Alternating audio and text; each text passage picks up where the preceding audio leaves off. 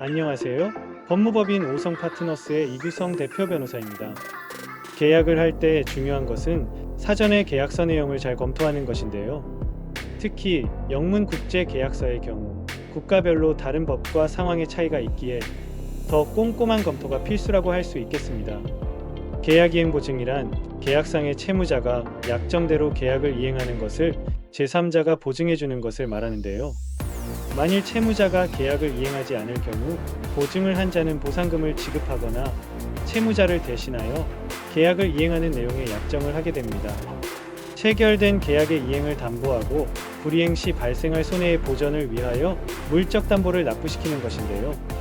예컨대 수입자와 공급자의 계약에서 공급자가 계약서를 바탕으로 특정 한도 내에서 계약 이행을 보증하는 계약 이행 보증을 발행하게 되면 만일 공급자가 계약을 이행하지 않는 경우 계약 이행 보증을 발행한 은행에 약정한 대금의 지급을 청구할 수가 있는 것입니다. 보통 계약 이행 보증의 한도는 계약 금액의 10에서 20% 수준으로 하는 것이 국제적 관행이라고 말씀드릴 수 있는데요. 공급자를 대신하여 계약 이행 보증을 발행하는 은행은 공급자의 계약 이행 능력, 재무 상태 등을 검증하고 때에 따라 담보를 요구하기도 합니다. 계약 이행 보증의 형태는 현금 예치 또는 계약을 불이행하지 않은 자를 수익자로 정하는 보증신용장의 형태로 설정되는데, 보증신용장의 경우 국제신용평가기관에 의해 우량 등급으로 선정된 은행에 의하여 발급되어야만 합니다. 분리가능성 조항은 계약서에 포함되는 조항 중 하나로 해당 계약의 일부 조항이나 조항들이 무효가 되거나 불법적이거나 집행 불가능한 경우에도 전체 계약의 유효성을 보장하기 위해 사용됩니다. 일반적으로 계약서에는 유효성을 상실한 특정 조항이 있다고 판단되면 이 조항은 계약의 다른 부분에 영향을 미치지 않고 따로 분리되어 무효가 되는데, 이를 계약 분리 조항으로 명시적으로 규정하여 분명하게 한다는 것이 목적입니다. 이 조항을 통해 계약서의 다른 부분들은 여전히 유효하게 유지됩니다. 예를 들어 A와 B 사이의 계약서에 계약 분리 조항이 포함되어 있다고 가정해 봅시다. 만약 어떤 법률이나 규정에 의해 계약의 일부 조항이 무효화되거나 변경되어야 하는 상황이 발생한다면 계약 분리 조항은 다음과 같은 역할을 할 수 있습니다. 만약 이 계약서의 어떤 조항이 법률에 의해 무효화되거나 집행 불가능하다고 판단된다면 해당 조항은 계약의 다른 부분과 분리되어 무효가 됩니다.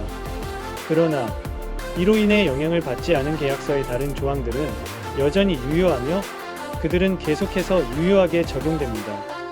이렇게 계약 분리 조항을 포함함으로써 계약 당사자들은 일부 조항이 무효화되더라도 전체 계약을 다시 작성할 필요 없이 나머지 부분을 유지하면서 계약을 이행할 수 있습니다. 논 웨이버 클러즈는 한 당사자가 본인의 권리를 시행하지 않거나 계약 위반에 대해 행동을 취하지 않더라도 해당 권리를 포기하거나 미래의 계약을 시행하지 못하게 하는 것이 아니라는 사실을 명시하는 조항입니다. 간단히 말해 논 웨이버 클러즈는 한 당사자가 다른 당사자가 계약 위반을 저질렀을 때 즉시 대응하지 않더라도 이로 인해 계약 조항의 시행 권리를 포기하는 것이나 미래의 계약을 시행하지 못하게 되는 것을 방지합니다. 예를 들어 A와 B가 논 웨이버 클러즈가 포함된 계약을 가지고 있다고 가정해 봅시다. 만약 B가 계약의 특정 조항을 위반했을 때 A가 즉시 대응하지 않았다 하더라도 이로 인해 A가 해당 조항이나 미래의 다른 조항을 시행하는 권리를 포기한 것이 아닙니다. A는 여전히 B가 미래에도 계약을 위반하는 경우에 대해 시행하고 조치를 취할 수 있습니다. 논 웨이버 클러즈는 당사자들의 권리를 보호하고 일시적인 시행 누락이 미래에도 시행을 포기하는 선례를 만들지 않도록 합니다. 또한 당사자들이 즉시 대응하지 않더라도 계약 위반을 신중하게 대응하도록 장려하며 이로 인해 권리를 의도치 않게 포기하는 일이 없도록 합니다. 보통 다른 국가의 언어나 법률 또는 국제법 등에 대해 알고 있어야 국제계약서를 보다 안전하고 꼼꼼하게 검토할 수가 있는데요. 이것은 단순히 영어를 좀 잘한다는 것을 넘어 풍부한 법률적 이해를 기반으로 해야만 가능한 일입니다. 국제 영문 계약서를 들여다본 적이 있는 분이라면 잘 아시겠지만 법률 영어와 일반 영어에는 상당한 차이가 있는 편인데요. 그리고 계약서의 특성상 기업 내부에서의 검토도 중요하지만 그것만으로는 부족할 수 있습니다.